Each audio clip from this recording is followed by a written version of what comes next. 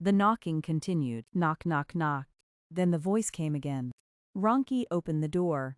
Mama Ronki's whole body trembled. "It sounds exactly like your father," she whispered. Kunle shook his head. "That's impossible." Tola suddenly remembered something. "Mummy." "What?"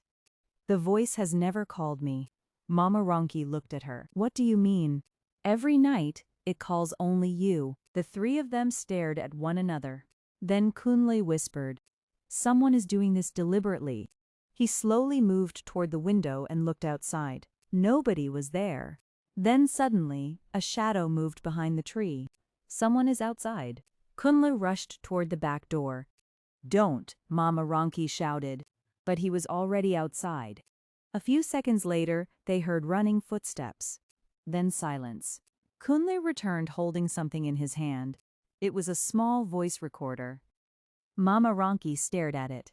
"What is that?" "Someone has been recording Daddy's old voice."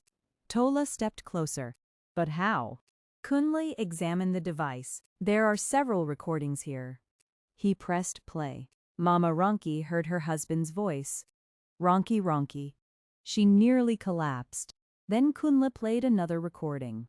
This time, there was another voice behind it. A man's voice. "Make sure she hears it every night." Mama Ronki's eyes widened. She recognized the voice. She whispered, "That's his business partner." Suddenly, everything became clear. The nightly calls. The shadow behind the house. The men searching for Kunle. The photograph. The mysterious letters. Someone had deliberately created fear around her. But why? Kunle quickly connected the flash drive to his laptop. A video appeared. It showed Mama Ronki's husband sitting in his office 3 years earlier. He looked frightened. He spoke directly into the camera. "If anything happens to me, the person responsible is someone I trusted." Mama Ronki leaned closer to the screen. Her husband's voice continued, "But there is one person in my family who knows the truth." The video suddenly stopped. Mama Ronki looked at Tola, then at Kunle. "Who?" Nobody answered. Suddenly, Tola began to cry. "Mummy." "What?" Tola looked at her brother. "Kunle knows." Mama Ronki turned sharply toward him. "Kunle?" Kunle stood frozen. Then he slowly said, "Daddy wasn't talking about me." Mama Ronki's heart sank.